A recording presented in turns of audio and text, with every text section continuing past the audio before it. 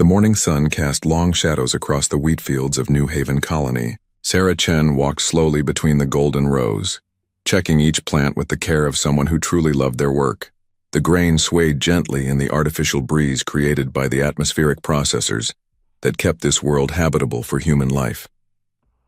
New Haven was one of humanity's newer settlements, built on a planet orbiting a young star 67 light-years from Earth. The colony had been established 12 years ago by families seeking a simpler life away from the crowded cities of the core worlds. Here people could breathe clean air, grow their own food, and watch their children play under an alien sky. Sarah paused to examine a particularly healthy stalk of wheat. The genetic modifications her team had made were working perfectly. This strain could grow in the slightly different soil composition of New Haven, while maintaining all the nutritional value of Earth wheat. It was work that made her proud. They were not just surviving on this distant world. They were thriving. "Mom, look what I found." Her 8-year-old daughter Emma came running through the field, holding something cupped in her small hands. Sarah smiled as Emma approached, her face bright with excitement. "What is it, sweetheart?" Sarah asked, kneeling down to Emma's level. Emma carefully opened her hands to reveal a small, iridescent beetle unlike anything found on Earth. The creature's shell shimmered with colors that shifted from deep blue to bright green as it moved. "It was sitting on one of the monitoring posts," Emma explained. "I think it likes the humming sound the machines make." Sarah studied the beetle carefully. The local wildlife on New Haven was generally harmless, but the colonists had learned to be cautious about new species. This one looked familiar, though. "I think that's a harmony beetle," she said. "Dr. Martinez showed me pictures of them last week. They're completely safe, and they actually help the crops by eating harmful insects." Emma grinned and gently set the beetle down on a nearby plant. They watched as it crawled along the wheat stalk, its shell continuing to shimmer in the sunlight. "Can we keep some in our garden?" Emma asked. "We can try," Sarah replied. "But remember, this is their home too. We're just guests here." This was the philosophy that guided most of the Outer Rim colonies. Humans had learned from the mistakes made on Earth centuries ago. They approached new worlds with respect, taking only what they needed and giving back whenever possible. The technology existed to completely reshape these planets, to make them identical to Earth, but the colonists chose a different path. They adapted themselves to fit the worlds rather than forcing the worlds to fit them. As Sarah and Emma made their way back toward the main settlement, they could see the daily life of New Haven unfolding around them. In the distance, the mining crews were heading out to the mineral extraction sites in their heavy vehicles. The deposits on New Haven were rich in rare earth elements that were essential for the advanced technology that kept human civilization running. But the mining was done carefully, with strict environmental controls to minimize damage to the planet's ecosystem. Near the settlement's center, children played in the community playground while their parents worked in the various workshops and laboratories that kept the colony functioning. The school was in session, and through the large windows, Sarah could see her neighbor Tom Chen teaching a group of teenagers about the local geology. The colony's design was simple but efficient. All the buildings were constructed from locally manufactured materials, designed to blend with the natural landscape rather than dominate it. Solar collectors and wind generators provided clean energy, while the atmospheric processors maintained a breathable environment in the settled areas. Sarah's comm device chimed softly, indicating an incoming message. She touched the small device clipped to her ear and heard the voice of Dr. Janet Martinez, the colony's chief administrator. "Sarah, could you join me in the communications center when you have a moment? We've received some interesting data from the Deep Space Monitoring Array." "On my way," Sarah replied. She turned to Emma. "Why don't you go find your friends? I need to check on something with Dr. Martinez." Emma nodded and ran off toward the playground, already calling out to her classmates. Sarah watched her go for a moment, feeling the familiar warmth of contentment that came from watching her daughter grow up in this peaceful place. The communications center was located in the administrative building at the heart of the settlement. As Sarah entered, she found Dr. Martinez studying a holographic display showing the local star system. Janet was a tall woman in her 50s with graying hair and the kind of calm demeanor that made her perfect for leadership roles in isolated communities. "What's the situation?" Sarah asked, joining Janet at the display. "Long-range sensors picked up some unusual activity about 2 days ago," Janet explained. pointing to a section of the hologram showing the outer edge of their star system. Several large objects entered our system and have been moving steadily inward. Their trajectory suggests they're heading our way. Sarah studied the display. The objects were clearly artificial, much too large and regular in shape to be asteroids. Have you tried to establish communication? We've been broadcasting standard greeting protocols for the past 18 hours, Janet replied. No response so far. The objects are still about 6 hours away at their current speed. This was not entirely unusual. New Haven and the other Outer Rim colonies occasionally received visits from alien vessels. Most were traders or explorers, curious about the human settlements but generally peaceful. The established first contact protocols were designed to handle such situations smoothly. What's your assessment? Sarah asked. As one of the senior colonists, her opinion carried weight in colony decisions. Janet was quiet for a moment, studying the approaching ships. I'm not sure, she admitted. Something feels different about this group. They're maintaining perfect formation, and they haven't responded to any of our communications attempts. Most peaceful visitors would have at least acknowledged our signals by now. Sarah nodded. Should we contact the other colonies? Get their input? Already have, Janet said. Riverside Colony reported similar ships in their system yesterday. They lost contact about 4 hours ago. A cold feeling settled in Sarah's stomach. Riverside Colony was only 12 light-years away, with a population of about 8,000 people. Losing contact was highly unusual. The quantum communication systems used by the colonies were extremely reliable. What about Sterling Base? Sarah asked, referring to the mining colony in the next system over. No response to our calls, Janet replied grimly. I've also tried to reach the Colonial Administration on Kepler Prime, but there seems to be some kind of interference affecting long-range communications. The implications were becoming clear, and Sarah didn't like them. 3 colonies losing contact in the span of a day was not a coincidence. What are our options? Janet activated another section of the holographic display, showing New Haven's defensive capabilities. Like all Outer Rim colonies, they had basic security measures, shields that could protect against small meteor impacts or solar flares, and a few security vehicles armed with crowd control weapons. But these defenses were designed for natural disasters and minor civil disturbances, not military threats. We could evacuate, Janet said. The transport ships could get most of our people off planet within a few hours, but we'd be abandoning everything we've built here, Sarah finished. And we don't know if running would even help. These ships might be faster than our transports. They stood in silence for several minutes, watching the alien ships continue their steady approach. Finally, Janet spoke again. I think we should prepare for the worst while hoping for the best. Get the emergency protocols ready, but also try one more time to establish peaceful contact. Sarah agreed. I'll help coordinate the evacuation preparations. How long do we have? At their current speed, about 5 hours, Janet replied. But Sarah, if these ships are hostile, and if they've already attacked the other colonies, our evacuation might not be enough. These Outer Rim settlements were never designed to defend against a serious military threat. As Sarah left the communication center, her mind was racing. She thought about Emma playing with her friends, about the wheat fields that were just weeks away from harvest, about the life they had built on this distant world. The colonists had chosen this peaceful existence, but peace required that everyone involved choose it. If these alien ships brought war, then everything would change.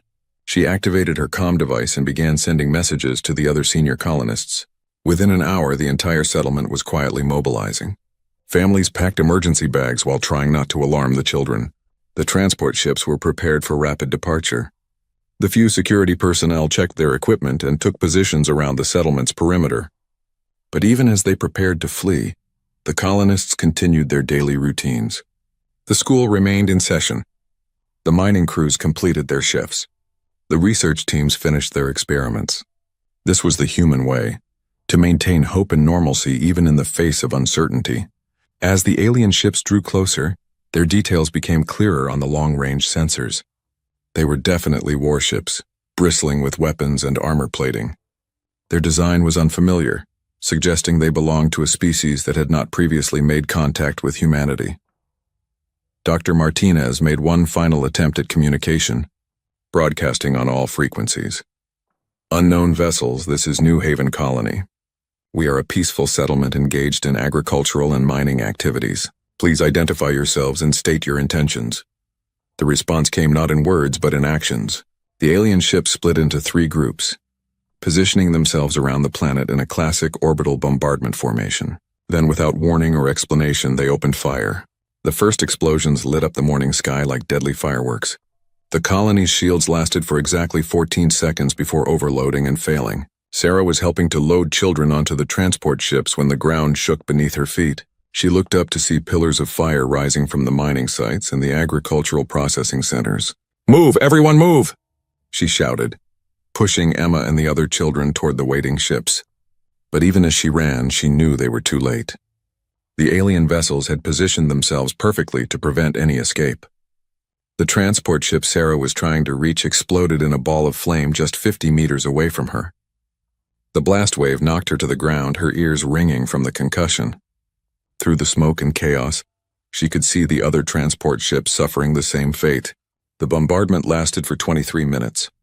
When it finally stopped, New Haven Colony was gone. The buildings were rubble, the fields were burning, and the dreams of 8,000 colonists had been reduced to ash and smoke. But some had survived. Sarah found herself in a crater with Emma and about 30 other colonists. They were hurt, scared, and confused, but they were alive. Around them, the remains of their peaceful settlement smoldered in the alien sun. The attacking ships descended from orbit, landing in the ruins of what had been the settlement's center. From their hulls emerged creatures that walked on 2 legs like humans but were clearly alien.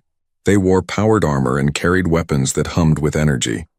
Sarah held Emma close as the aliens began rounding up the survivors. She watched in horror as families were separated, as the elderly and injured were simply left behind. These creatures showed no emotion, no recognition that they were dealing with living, thinking beings. As she was forced aboard one of the alien ships, Sarah caught a glimpse of the colony's communications array. Somehow it was still intact. If their final distress signal had gotten through, if someone back on Earth or the core worlds knew what had happened here. But that hope seemed small and distant as the alien ship lifted off, carrying the survivors away from the world they had called home. In the cargo hold where they were kept, Sarah held her daughter and whispered the words that had been humanity's promise to itself for generations. "Someone will come for us. Someone will make this right." She had no way of knowing that similar scenes were playing out across dozens of other human colonies. The aliens, who called themselves the Zephyrian hegemony, had decided that humanity's peaceful expansion into their claimed territory would not be tolerated. They saw the lightly defended colonies as proof of human weakness, an opportunity to expand their own empire with minimal resistance. What the Zephyrians did not understand was that they had just made the greatest mistake in their species' history. They had not defeated humanity. They had simply announced their presence to a sleeping giant, and that giant was about to wake up very, very angry. The quantum transmission reached Earth's colonial defense network at 1447 Universal Standard Time. It was fragmented, damaged by interference and distance, but the core message was clear, enough to send shockwaves through every level of human, government and military command. Admiral Rebecca Torres was reviewing fleet deployment reports in her office on Luna Station when her aide, Lieutenant Commander Kim Park, burst through the door without knocking. The young officer's face was pale and her hands were shaking as she held a data pad. "Admiral, you need to see this immediately," Kim said, her voice tight with barely controlled emotion. Rebecca looked up from her reports, noting the lieutenant commander's distress. In her 25 years of military service, she had learned to recognize the signs of truly bad news. "What is it, Kim?" "We've received emergency transmissions from the Outer Rim colonies," Kim replied, activating the wall display. "At least 17 settlements have been attacked. The signals are broken up, but the parts we can decode. The display filled with static-laden images and fragmented audio. Through the interference, Rebecca could make out scenes of destruction. Burning buildings, panicked civilians, and explosions lighting up alien skies. The audio was equally disturbing. Voices calling for help, children crying, and the unmistakable sounds of weapons fire. "Jesus Christ," Rebecca whispered, standing up from her desk. "How many casualties?" "We don't know yet," Kim replied. "Most of the colonies have gone completely silent. The few that are still transmitting are reporting massive damage and civilian deaths. New Haven Colony managed to get out a partial message before they were cut off. Population 8,000 presumed lost. Rebecca felt a cold anger settling in her chest. New Haven was one of the newer settlements, populated mostly by families with young children. She had visited there 2 years ago during a routine inspection tour and remembered the pride the colonists had taken in their peaceful community. "Who's responsible?" she asked. Kim activated another section of the display showing a tactical analysis compiled by the Colonial Intelligence Division. Unknown alien force, apparently calling themselves the Zephyrian Hegemony. Ship designs don't match any known species in our databases. Intelligence estimates at least 200 vessels involved in the coordinated attacks. 200 ships, Rebecca repeated slowly. This wasn't some random raid.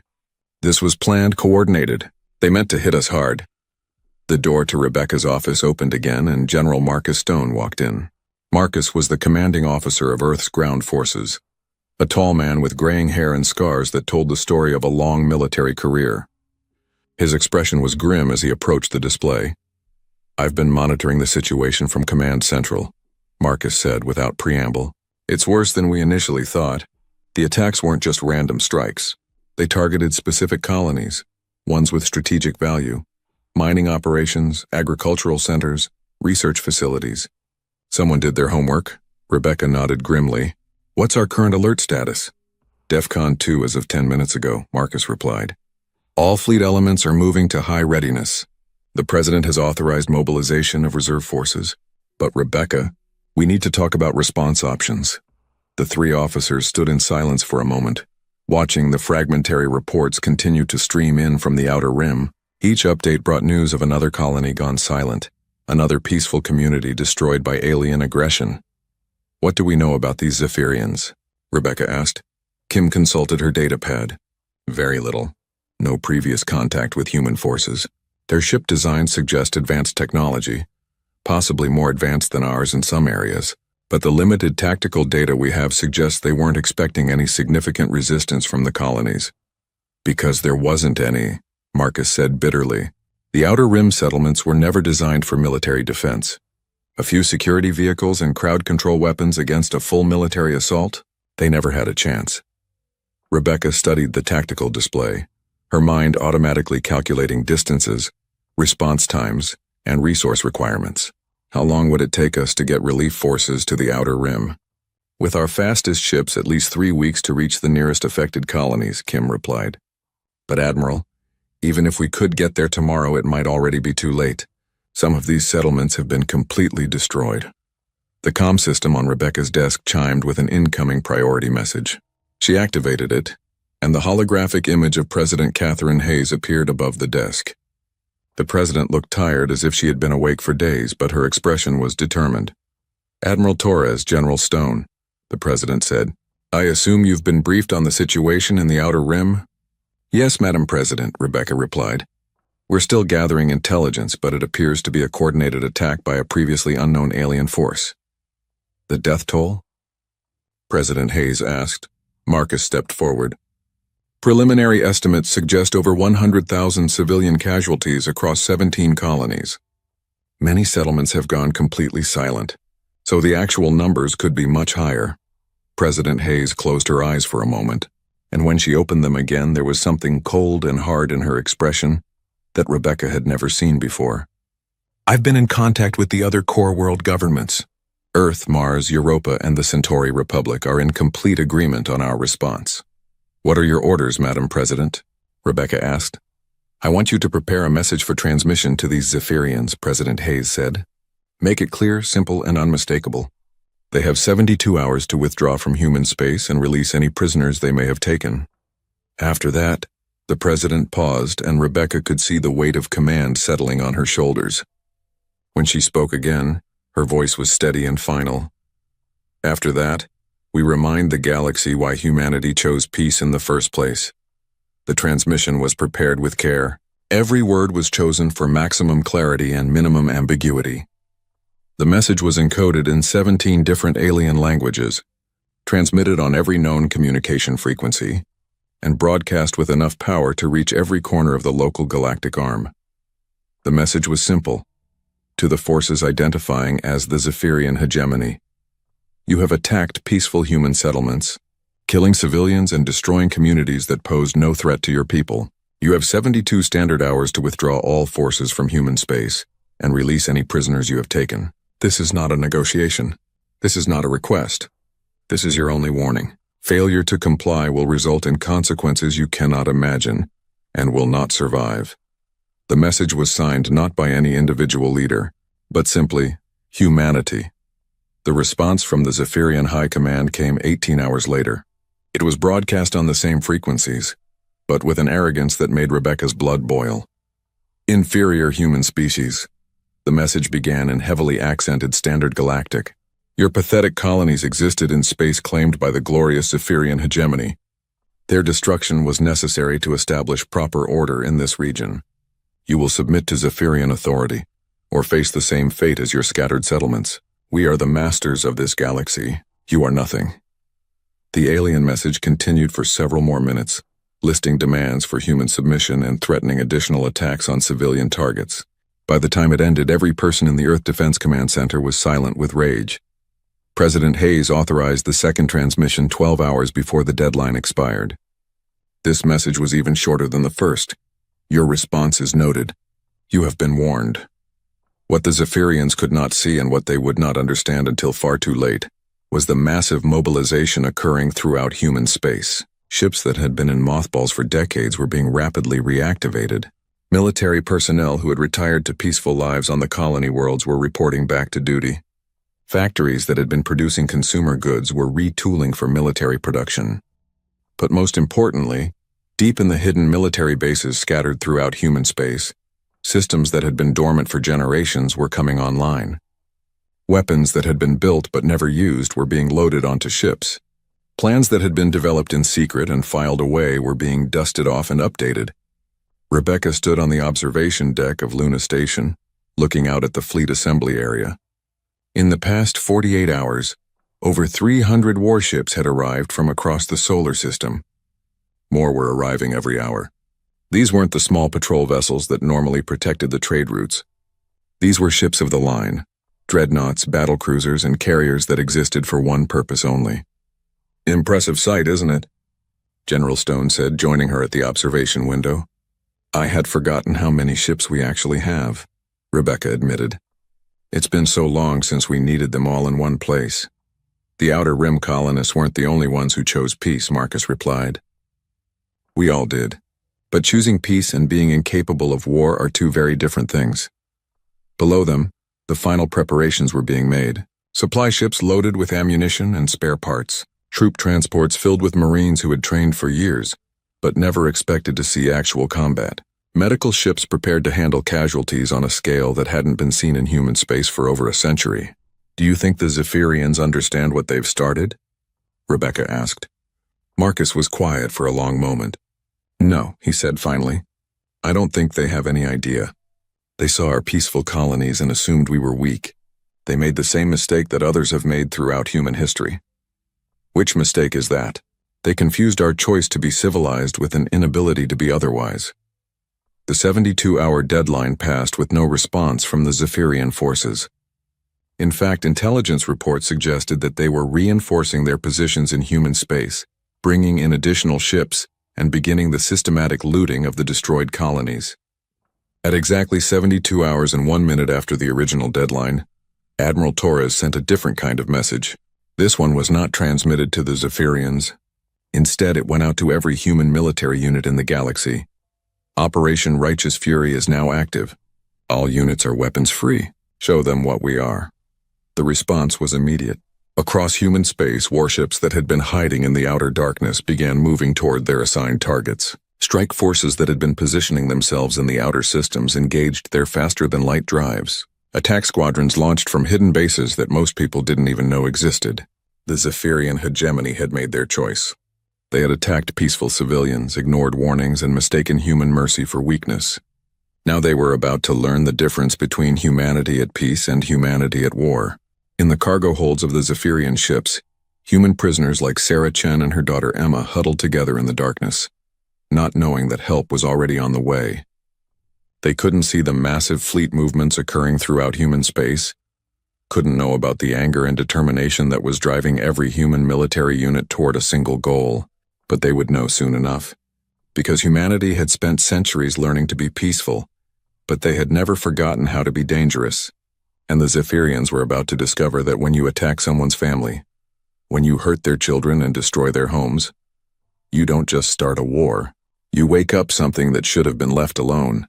The galaxy was about to remember why humanity had been given such a wide berth when they first emerged from their home system.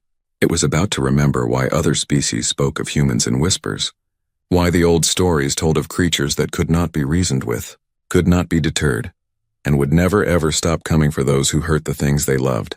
The Zephyrians had wanted to establish their dominance in this region of space. Instead, they had just provided humanity with a reason to remind everyone what they were truly capable of when pushed too far. The 72 hours were over. Now the real lesson would begin. High Commander Zektar of the Zephyrian hegemony stood on the bridge of his flagship, the Eternal Dominion, watching the tactical displays with satisfaction. The human settlements had been easier to destroy than his strategist had predicted. Weak defenses, minimal military presence, and civilian populations that scattered like prey animals at the first sign of danger. "Status report on the occupation forces," he commanded, his forearms crossed behind his back in the traditional posture of Zephyrian authority. Sub-Commander Velthar approached with a data tablet clutched in his secondary hands. "The mining operations on New Haven are already producing useful materials for the fleet. The human survivors are proving adequate as manual laborers, though several have died from the work conditions." Zektar nodded approvingly. Expected. The inferior species was not bred for proper labor. What of the other conquered territories? Sterling Base has been completely stripped of valuable minerals. Riverside Colony's agricultural facilities are being converted to produce food for our forces. The humans there have been more difficult to manage. Then manage them more firmly, Zektar replied coldly. Dead humans serve no purpose, but neither do disobedient ones. The bridge was suddenly filled with the sound of an alarm. Zektar turned sharply toward the sensor station, where the operator was staring at his displays with confusion. Report, Zektar commanded. High Commander, we're detecting multiple faster-than-light signatures at the edge of the system. Large objects approaching at high speed. Zektar moved to the sensor station, studying the readings himself. The displays showed dozens of contacts emerging from hyperspace, their energy signatures unlike anything in the Zephyrian database. Could these be more human civilian ships fleeing from other colonies? Velthar asked. No, Zektar said slowly, his combat experience telling him something was very wrong. These signatures are too large, too powerful. And they're not running away. They're coming toward us. The first human ships dropped out of hyperspace at the outer edge of the system, and immediately Zektar knew he had made a terrible miscalculation. These were not civilian vessels or lightly armed patrol ships. These were warships on a scale that dwarfed his own flagship. The lead vessel was over 3 kilometers long, its hull black as the void between stars and bristling with weapons systems that the Zephyrian sensors couldn't even properly identify. Behind it came a formation of smaller but equally menacing ships, each one radiating the kind of energy signatures that suggested military technology far more advanced than anything the Zephyrians had encountered. How many ships? Zektar asked, his voice betraying none of the growing concern he felt. Still counting, High Commander. Current total is 47 vessels, but more are arriving every few minutes. 47 ships. Zektar's entire force in this system consisted of 31 vessels, and while they had been sufficient to destroy the undefended human colonies, he was beginning to suspect they would not be adequate for what was approaching. Attempt to establish communication, he ordered. The communications officer worked at his station for several minutes before looking up with frustration. The human ships are not responding to any of our transmission attempts, High Commander. They appear to be maintaining complete communication silence. Then we will speak to them in the language they understand, Zektar decided. All ships battle formation. Prepare to engage the human fleet. But as his ships moved into their attack positions, something strange happened. The human vessels didn't respond with defensive maneuvers or aggressive positioning. Instead, they simply continued their steady advance toward the inner system, as if the Zephyrian fleet wasn't even worth acknowledging. High Commander, the sensor operator called out, his voice tight with disbelief. More human ships are arriving. Current count is 74 vessels, 74 ships and more arriving by the minute. Zektar was beginning to understand that he might have seriously underestimated the human response to his attacks on their colonies. Fire a warning shot, he commanded. Let them know we are here and prepared to defend our conquered territory. The Eternal Dominion's main batteries opened fire, sending brilliant bolts of plasma energy across the space between the two fleets. The shots were carefully aimed, to pass just ahead of the lead human vessel, a clear warning that could be understood by any spacefaring species. The human ships continued, their advance without changing course or speed. They didn't even acknowledge that they had been fired upon. "High Commander," Velthar said quietly, "perhaps we should consider withdrawing to a more defensible position. Our orders were to secure the human colonies, not to engage in fleet combat with unknown forces." Zektar's pride as a Zephyrian commander warred with his growing tactical concern. The human fleet was now numbering over 100 ships, and their behavior was unlike anything he had encountered in 30 years of military service. They moved with a precision that suggested extensive battle experience, but they also displayed a kind of cold patience that was somehow more disturbing than outright aggression. "No retreat," he decided. "We are Zephyrian warriors. We do not flee from inferior species regardless of their numbers." The decision proved to be the last mistake Zektar would ever make. The human attack, when it finally came, was unlike anything the Zephyrians had experienced in their long history of conquest. There was no preliminary bombardment, no maneuvering for advantageous positions, no attempts at intimidation or psychological warfare. Instead, the human ships simply opened fire with every weapon they possessed all at once, with a coordination that spoke of countless hours of training and preparation. The first volley erased 6 Zephyrian ships from existence in less than 3 seconds. The weapons the humans used were beyond anything in the Zephyrian arsenal.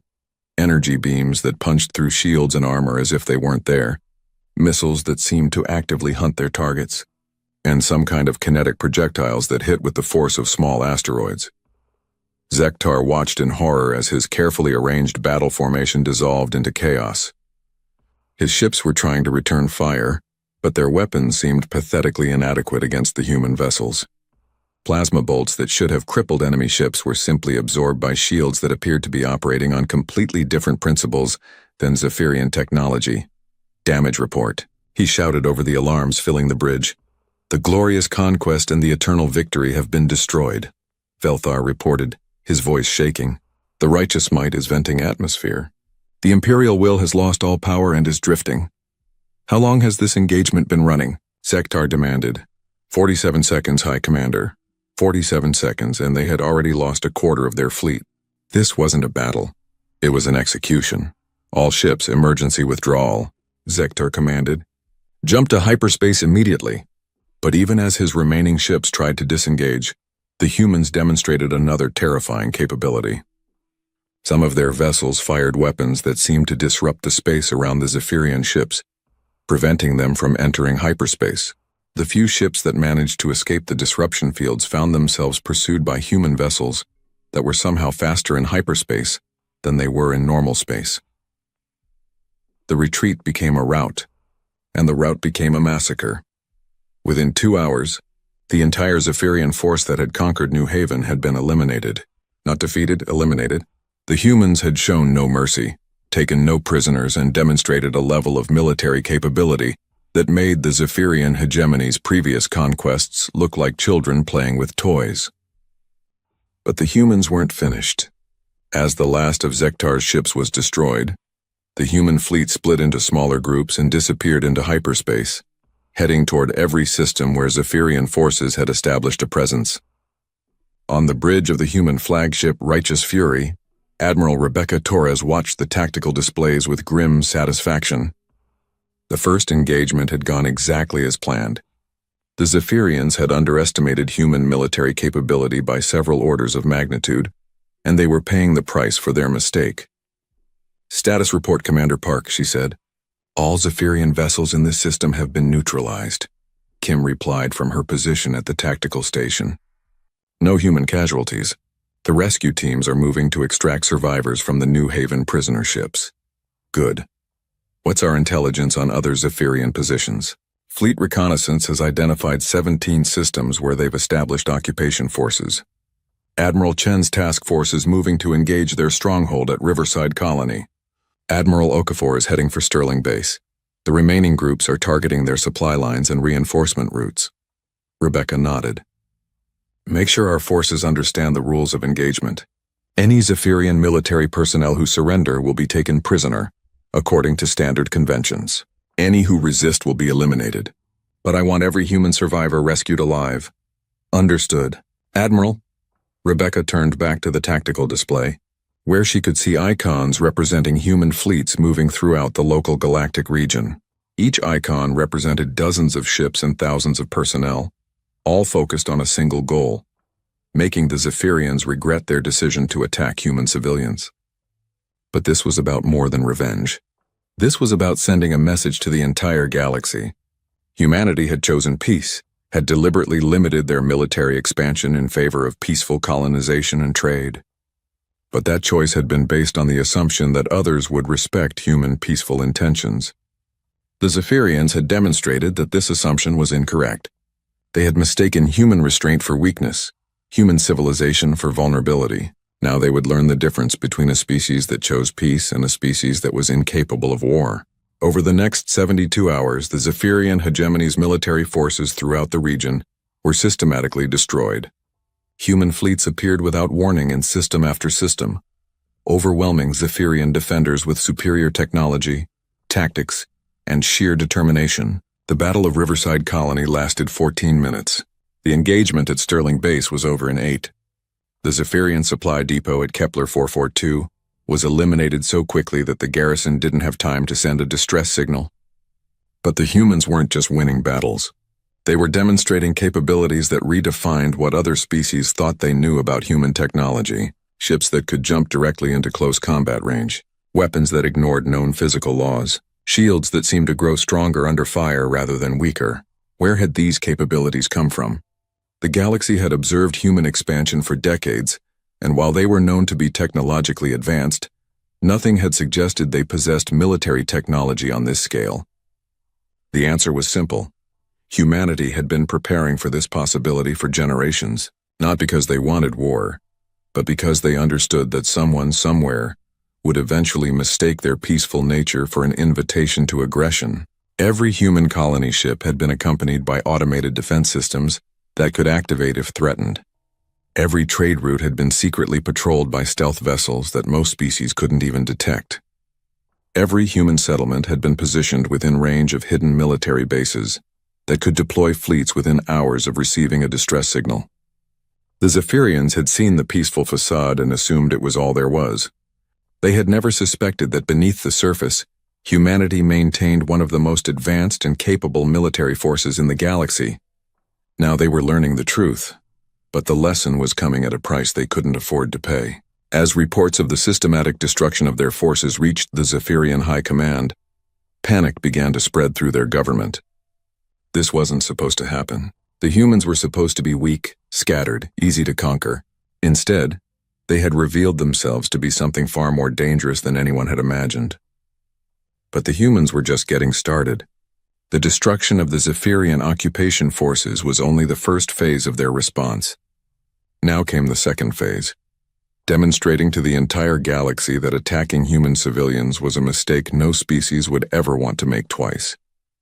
The Zephyrians had awakened something that had been sleeping by choice. Now they would face the consequences of that awakening, and the galaxy would remember why humanity had been given such a wide berth when they first emerged from their home system. The creatures the Zephyrians couldn't command were coming for them, and there would be no place in the galaxy where they could hide from human justice. Supreme Overlord Thekmaran of the Zephyrian hegemony stood before the Great War Council in the capital city of Zephyr Prime, his forearms trembling with rage and disbelief. Around the massive circular chamber, the greatest military minds of his empire struggled to make sense of reports that defied everything they thought they knew about warfare. Explain to me again how an entire battle fleet can simply disappear, Thekmaran demanded, his voice echoing off the crystalline walls of the council chamber. War Marshal Kek Thul, the eldest and most experienced military commander in the hegemony, consulted his data tablets with obvious distress. Supreme Overlord, the situation is unprecedented. Fleet Command Sigma, consisting of 43 vessels, including 2 of our newest dreadnoughts, was completely destroyed in the Kepler 442 system. The engagement lasted less than 12 minutes. 12 minutes to destroy 43 ships? Tegmaran's voice rose to a dangerous pitch. These are human vessels we are discussing, not some legendary alien superpower. With respect, Supreme Overlord, another council member interjected. Perhaps our intelligence regarding human capabilities was incomplete. Tegmaran's eyes blazed as he turned toward the speaker. Incomplete? We observed their colonies for months before the attacks. Peaceful settlements with minimal defenses, agricultural worlds and mining operations. Nothing that suggested significant military capability. That appears to have been the point, War Marshal Kekthul said quietly. Our analysts now believe the humans deliberately maintained the appearance of weakness while concealing their true military strength. The Supreme Overlord began pacing around the circular chamber, his clawed feet clicking against the polished stone floor. How many fleets have we lost in the past week? 17 battle groups, Supreme Overlord.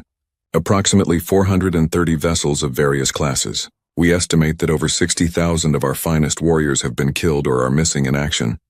The numbers were staggering. The Zephyrian hegemony had built their empire over centuries of careful conquest, always choosing targets they could defeat with minimal losses. They had never faced an enemy capable of inflicting casualties on this scale. What do we know about human military technology? Tegmaran asked. War Marshal Kekthul activated a holographic display in the center of the chamber. The images showed fragmentary sensor data from the few Zephyrian ships that had survived contact with human forces long enough to transmit battlefield intelligence. Their weapons operate on principles we don't fully understand, he explained. Energy weapons that seem to ignore our shield frequencies, kinetic projectiles that hit with impossible force, and some kind of missile system that actively pursues targets even after they've changed course multiple times. But more concerning than their technology is their tactical doctrine, another council member added. They don't fight like any species we've encountered. They show no interest in posturing, no concern for casualties, and no apparent limit to the resources they're willing to commit. The Tegmaran studied the tactical displays, trying to understand how his mighty empire had suddenly found itself on the defensive against a species they had dismissed as weak and scattered. What about their fleet numbers? He asked. Unknown, Supreme Overlord. Every engagement has revealed new human vessels that don't match any of our previous intelligence. Our estimates of their total military capability have been revised upward 17 times in the past week, and we still don't believe we have accurate numbers. The chamber fell silent as the full implications of this information settled over the council. The Zephyrian hegemony had built their empire by carefully choosing targets they could defeat. But they had apparently chosen to attack an enemy whose true strength they had completely failed to understand. Recommendations? Tegmaran demanded. We should consider opening negotiations, one of the younger council members suggested. If we offer to return their prisoners and withdraw from the disputed territories, perhaps. Absolutely not, Tegmaran roared. The hegemony does not negotiate with inferior species. We do not withdraw from territories we have rightfully claimed. Then we must find a way to defeat them militarily, War Marshal Kekthul said. I recommend we consolidate our remaining forces and make a decisive strike against their home system. If we can threaten their core worlds, they may be willing to accept a negotiated settlement. Tegmaran considered this option. It was risky, but it might be their only chance to salvage something from this disaster. How many ships can we assemble for such an operation? If we strip the border defenses and recall all our expeditionary forces, we could field approximately 800 vessels, including 12 of our most powerful dreadnoughts and the personal flagship of the hegemony itself. Do it, Tegmaran decided. Gather every ship we have. We will show these humans the true power of the Zephyrian hegemony. But even as the orders went out to assemble the greatest fleet in Zephyrian history, events were unfolding that would make this massive military effort irrelevant. 3 star systems away, Captain Maria Santos of the human stealth ship Shadow Walker observed a Zephyrian supply convoy, making its way through what the aliens believed was secure territory. The convoy consisted of 12 cargo vessels and 4 escort ships, carrying supplies and reinforcements to Zephyrian forces still holding positions in the outer rim. Target assessment complete, her tactical officer reported. The cargo ships appear to be carrying military equipment and personnel. The escorts are light cruisers, nothing we can't handle. Maria nodded. Signal the task force. All ships prepare for coordinated strike. The Shadow Walker was not alone. Invisible to Zephyrian sensors, a dozen human stealth ships had been shadowing the convoy for the past 2 days, waiting for the perfect moment to strike. All ships report ready, Captain. Execute. The attack was swift and merciless. The Zephyrian convoy was completely destroyed within minutes. Another small piece of the alien empire's military capability, eliminated by human forces that appeared from nowhere and vanished just as quickly. But this was just one of hundreds of similar operations taking place throughout Zephyrian space. Human forces had moved beyond simply responding to the attacks on their colonies. They were now actively hunting Zephyrian military assets wherever they could find them. The humans fought with a combination of advanced technology and tactical innovation that left their enemies struggling to adapt.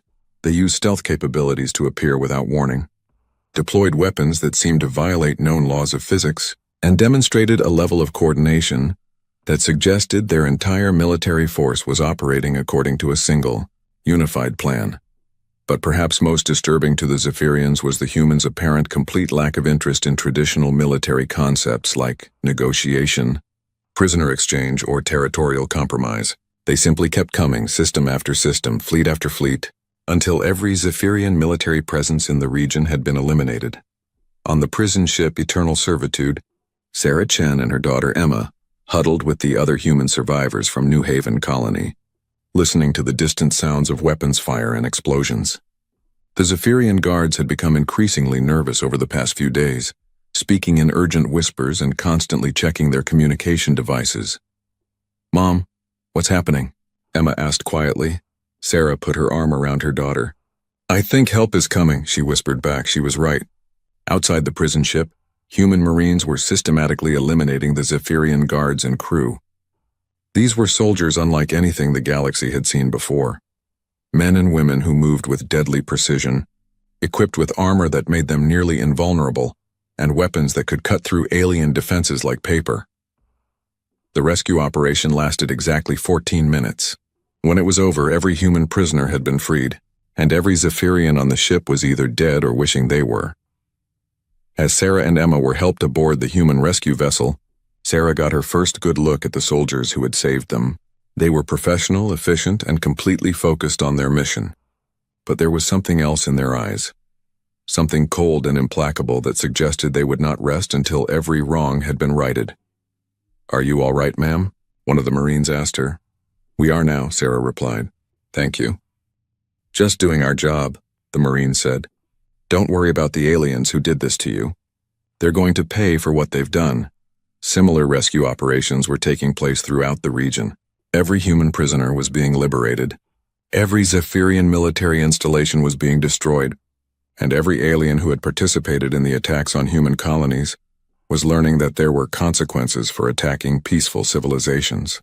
The Zephyrian response to this systematic destruction of their forces was to escalate. Supreme Overlord Thekamaran's massive fleet, 800 ships strong, departed Zephyr Prime with orders to strike directly at Earth itself. It was the largest military force the hegemony had ever assembled, and Thekmaran was confident that even the humans couldn't stand against such overwhelming numbers. He was wrong. The human response to this threat was swift and decisive.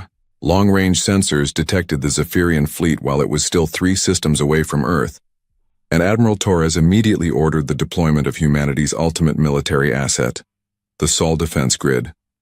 For generations, humanity had been quietly constructing defensive installations throughout their home system, not just orbital platforms around Earth, but a vast network of automated defense stations, hidden military bases, and mobile weapons platforms that could turn the entire solar system into a killing field.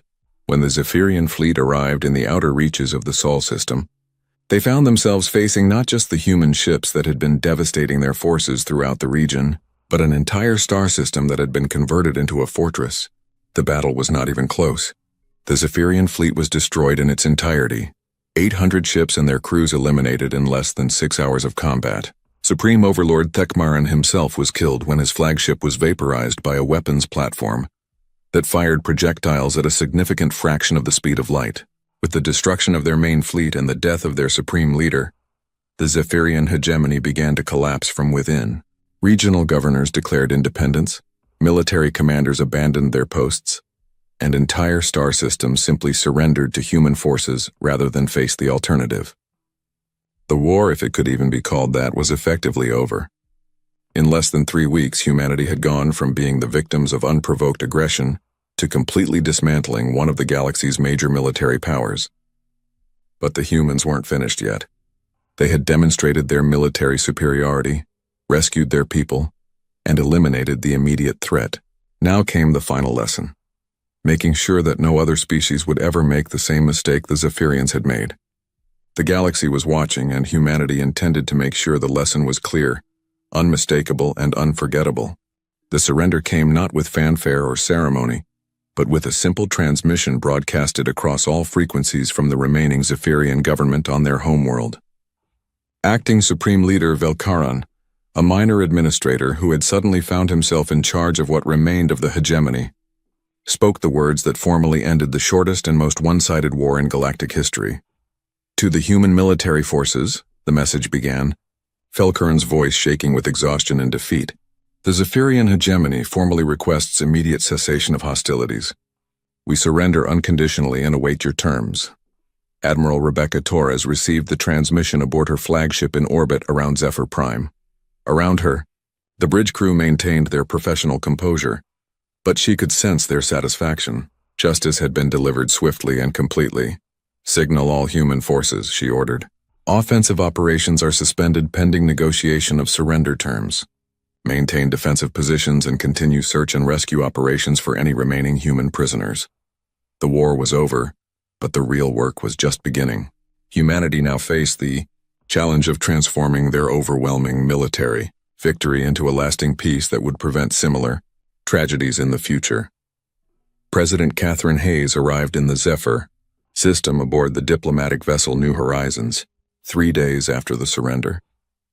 With her came not just negotiators and administrators, but also relief workers, medical personnel, and the resources needed to begin rebuilding the shattered remnants of the Zephyrian hegemony. The meeting took place on Zephyr Prime's largest moon, in a conference facility that had been hastily constructed by human engineering teams. The symbolism was intentional.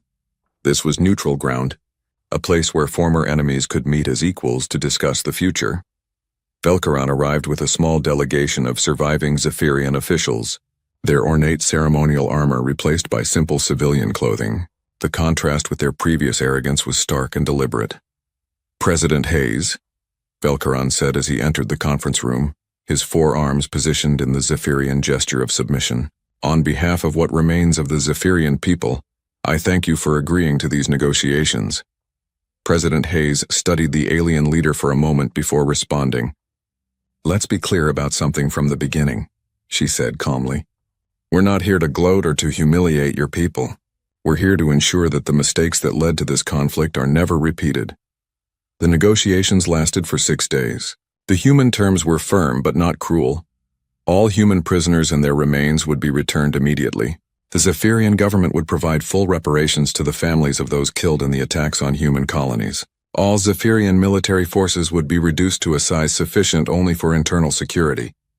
Most importantly, the hegemony would renounce all claims to territory outside their core systems and would never again raise arms against any peaceful civilization. But the humans also offered something unexpected. Assistance. Your people are not our enemies, President Hayes explained to the Zephyrian delegation.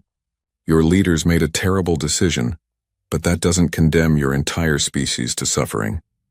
We will help you rebuild, help you establish a stable government, and help you find a new place in the galactic community. This offer of aid confused many of the Zephyrian officials. In their experience, conquest led to enslavement or extermination. The concept of a victor offering to help the defeated rebuild was completely foreign to their understanding of warfare. Why would you do this? Velkaran asked. You have defeated us completely. You could take whatever you wanted from our worlds. Because that's not who we are, President Hayes replied. We didn't fight this war to gain territory or resources. We fought to protect our people and to ensure that peaceful species can exist without fear of unprovoked aggression. Your people can be part of that future if you choose to be. The formal peace treaty was signed on the 7th day. As the documents were completed, President Hayes made one final statement that would be remembered throughout the galaxy for generations to come. Let this be the last time any species makes the mistake of confusing human kindness for weakness.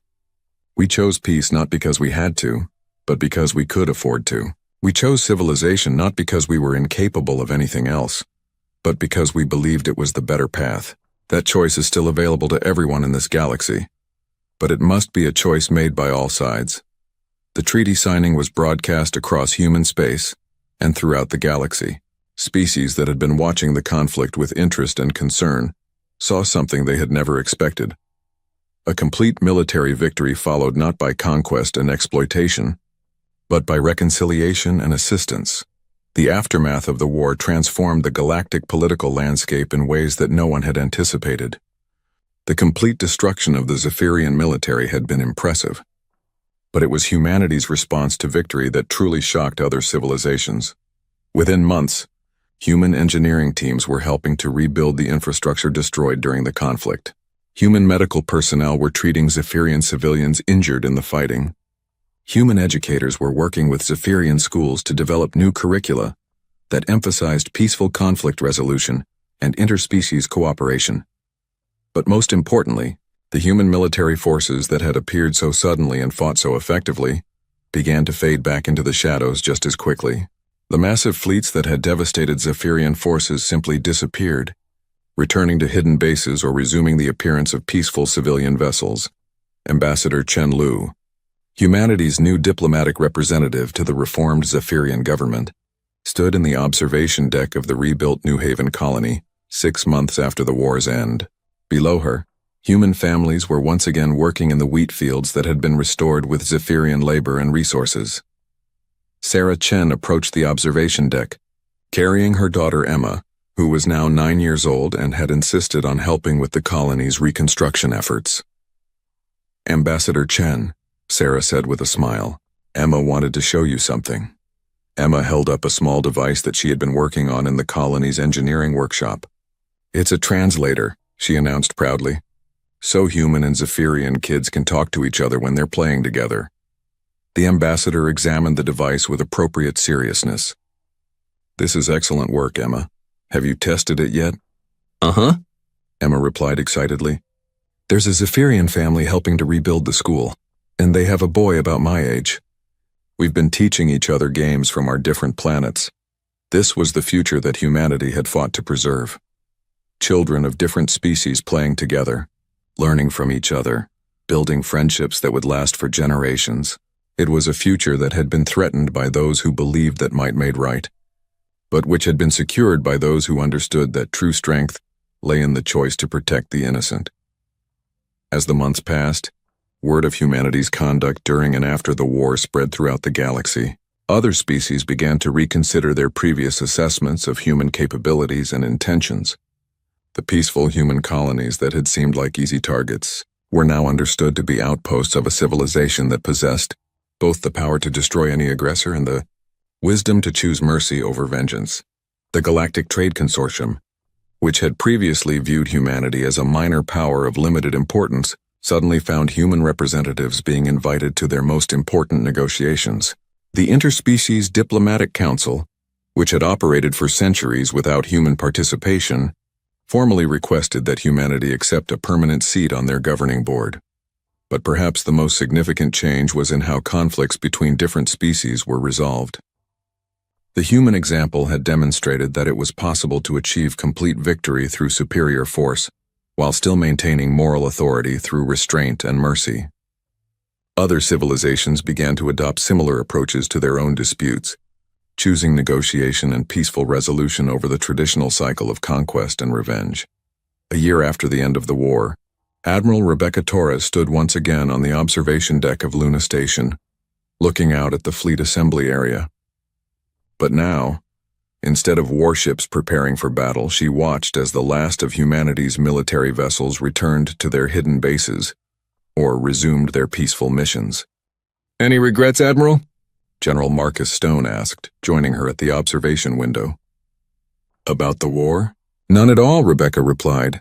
"Those bastards got exactly what they deserved. About what comes next, that remains to be seen." "The politicians seem optimistic," Marcus observed. "They think this will usher in a new era of galactic peace and cooperation." "Maybe it will," Rebecca said. "But we both know that there will always be someone, somewhere, who thinks they can take what isn't theirs by force. The galaxy is a big place, and not everyone learned the lesson we taught the Zephyrians. So we stay ready, Rebecca confirmed. But we also hope we never have to use that readiness again." As if to underscore her point, a new message appeared on the communication displays around the observation deck. It was from the colony ship New Endeavor, which had just departed Earth for a star system on the far edge of explored space. "Luna Station, this is Captain Rodriguez aboard the New Endeavor. We are beginning our journey to the Kepler 438 system, where we will establish humanity's newest colony. Our passenger manifest includes 2,000 families seeking a peaceful life among the stars, as well as several dozen Zephyrian volunteers who have requested permission to join our colonial effort. We expect to arrive at our destination in 14 months and will begin broadcasting regular updates once our settlement is established. For now, we send our thanks to all those who made this journey possible, and our hopes for a future where all species can explore the galaxy together in peace." Rebecca smiled as she listened to the message. This was why they had fought. Not for territory or resources, but for the right of peaceful beings to build new homes and new lives without fear of those who would take everything by force. The war with the Zephyrian hegemony was over, but humanity's real mission was just beginning. They had proven that they could defend themselves and others when necessary. Now they had to prove that they could build something better than the cycle of violence that had dominated galactic politics for so long. Throughout the galaxy, other species watched and waited to see what humanity would do with the power they had so decisively demonstrated. Some hoped for leadership and protection, others feared eventual human domination. But all of them had learned a fundamental truth that would shape galactic politics for generations to come. Humanity had chosen to be peaceful, not because they were weak, but because they were strong enough to make that choice. And anyone who tried to take that choice away from them would discover what they were truly capable of when pushed too far. The creatures that the Zephyrians couldn't command had returned to their peaceful pursuits. But they would always be watching, always be ready, and always be prepared to remind the galaxy that some lines should never be crossed. The new galaxy that emerged from the ashes of the Zephyrian hegemony was a safer place for peaceful species, a more dangerous place for aggressors, and a constant reminder that the choice between civilization and savagery was always just that, a choice. Humanity had made their choice long ago. The question now was what choice the rest of the galaxy would make in response.